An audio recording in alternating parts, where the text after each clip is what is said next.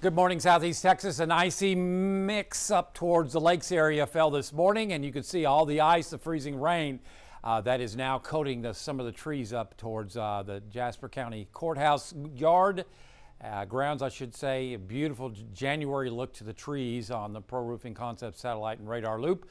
Not going up as far as temperatures. We are pretty much done for the day, but the good news is that the precipitation is out. We don't expect any travel problems overnight in this afternoon in the Triangle. That's not the case in the lakes area. I would not advise travel later tonight. I think you're in pretty good shape except for bridges and overpasses, but we expect this to refreeze coming up overnight.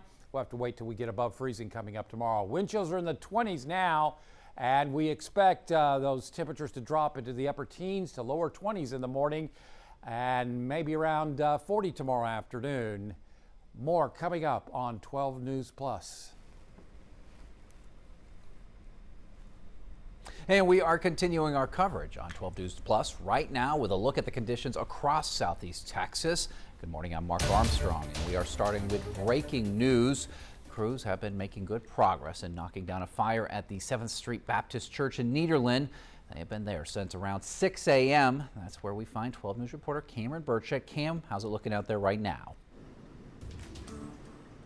Mark, as you can see, we've got a different look now than what it looked like about an hour ago, really, the last check-in with you guys. As you can see right there behind me, you can really start to see some of the damage and devastation that this fire has rippled through 7th Street Baptist Church here in Nederland. You can see that the top of that awning, that roof is just gone, and you can see several rooms inside just charred and filled with debris and still some burning smoke going on there right now.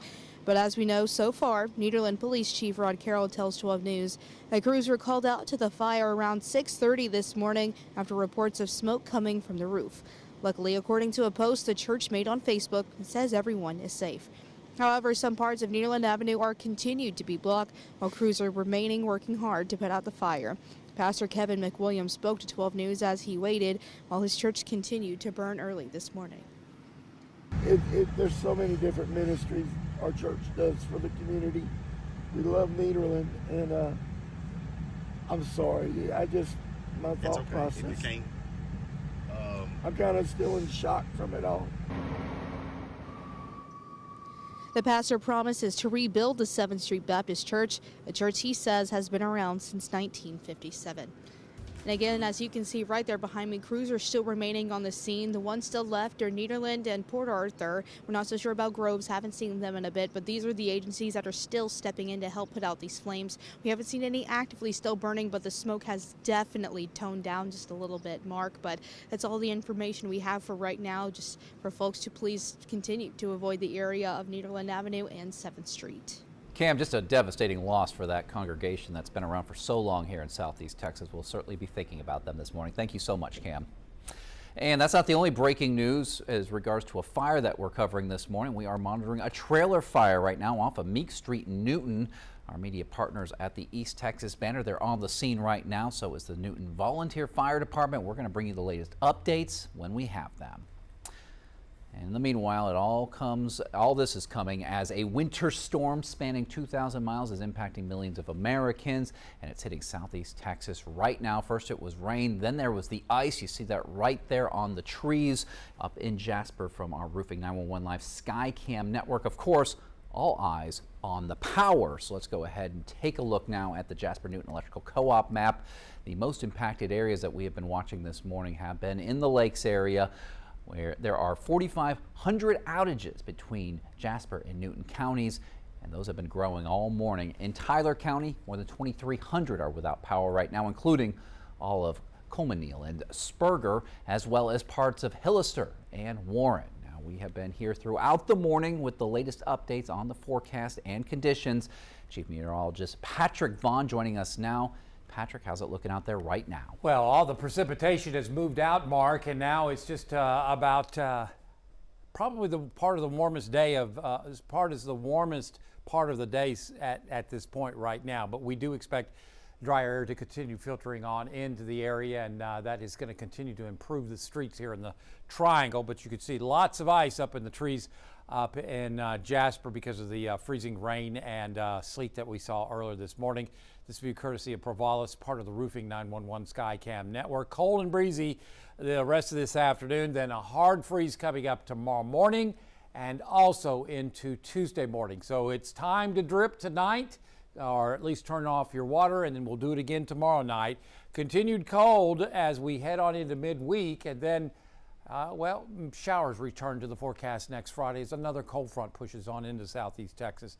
So we're sitting at about freezing in the lakes area, mid-30s here in the Triangle. The clouds not going anywhere until later tonight after we see the sun set, and that will open the door to some brutally cold temperatures coming up tomorrow morning. But again, precipitation has moved on out, and we're not expecting any more issues. Look at those wind chills in the 20s here locally, but feels closer to like 11 degrees over towards Huntsville. So pretty cold afternoon across southeast Texas. You can see the winds gusting anywhere between 5 to 15 miles an hour across southeast Texas as the drier air. Notice the dew points, very dry. The lower the number, the drier the air usually, but right now, since we're close to the temperature, the humidity is at 100% into Jasper. But again, this will help lick up a lot of the moisture off the ground as we head towards tomorrow morning. Regardless, cold air, Oklahoma City, Wichita Falls, back to Amarillo in the single digits. Dallas is at 15 degrees, 22 into Austin, and currently 29 into Houston as Arctic air continues to spill on into the state. The good news is that the precipitation was nowhere close to what we saw just a few years ago, so not as big an impact, but it is certainly cold. -10 in Oklahoma City, -1 is what it feels like into Dallas and San Antonio at 11 degrees, the current wind chill. So the clouds sticking around, but the precipitation moving on out. This is going to weaken as it continues to move off towards the south and east.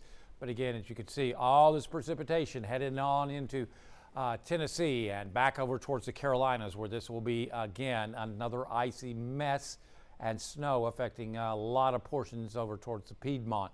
So this precipitation is out of here. And as you can see, clouds for the most part holding steady across southeast Texas the rest of this afternoon.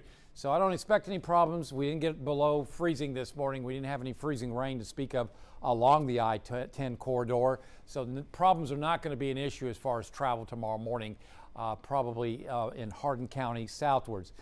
Bridges and overpasses, it just depends on how much of that moisture, that is slush that's on the ground right now, refreezes up into the lakes area between Woodville, Jasper, and Burkeville back over towards Newton. That's a big question. So certainly the bridges and overpasses are certainly something to watch up towards the lakes area tomorrow morning. Regardless, it's going to be cold coming up tomorrow morning.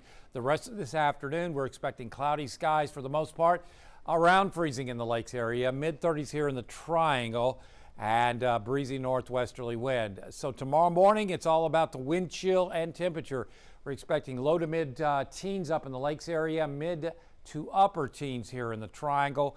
And that would translate, since we're only around freezing right now, so 27 hours at or below freezing up in the lakes area, long duration of freezing low temperatures inland southeast Texas. That's not the lakes. That's not the Triangle. That's Hardin, southern Jasper, and southern Newton counties.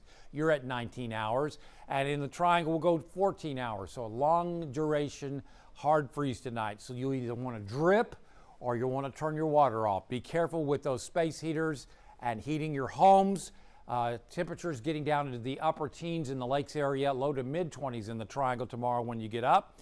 And then tomorrow night, another long duration hard freeze. We expect those lows to get into the mid-teens in the lakes area and into the upper teens in the Triangle. So after tonight, we'll see temperatures go above freezing tomorrow afternoon with highs in the upper 30s to around 40 degrees with lots of sun. And again, the hard freeze coming up on Tuesday morning. Wednesday and Thursday, looking at a little warmer afternoon, highs in the 50s, and then it's back down after more rain on Friday, well down next Saturday with more cold weather. All right, Patrick, and as you were just saying, it's all eyes on the lakes where more than 9,000 are without power right now. So let's go ahead and check in on conditions in Jasper County. Holton Pepper, he's traded in sports for weather this morning. Holton, it's amazing how just a little bit of ice is having such a devastating impact on trees and power lines up there. Couldn't have said it better myself right there, actually. And that's exactly what I wanted to talk about in detail in this hit here today. We talked a little bit earlier, a few hours ago, talking about how you talked about the devastation with the ice. You see the tree limbs on the ground, obviously, out here. It's gotten worse, obviously, as the time has gone on. And we just see tree limbs right now. We've just kind of been walking around, hearing it snap, crackle, and pop, you know, and we're talking big time limbs too. And just behind me, you can see this power line, just short, I would say probably about 8:20 this morning or so. Down there towards the middle part of that area, there was a tree limb that had fallen on top of the lines itself, on top of the power pole. Obviously, we heard it from the front of the hotel that we're currently staying in, and we heard the pop. And then we got Spencer Plato. She was out here and she caught it on video. This tree line had landed on top, and the pop, like, I just see for yourself. I'll let you see it for yourself. Oh my gosh, it's really going. Oh wow.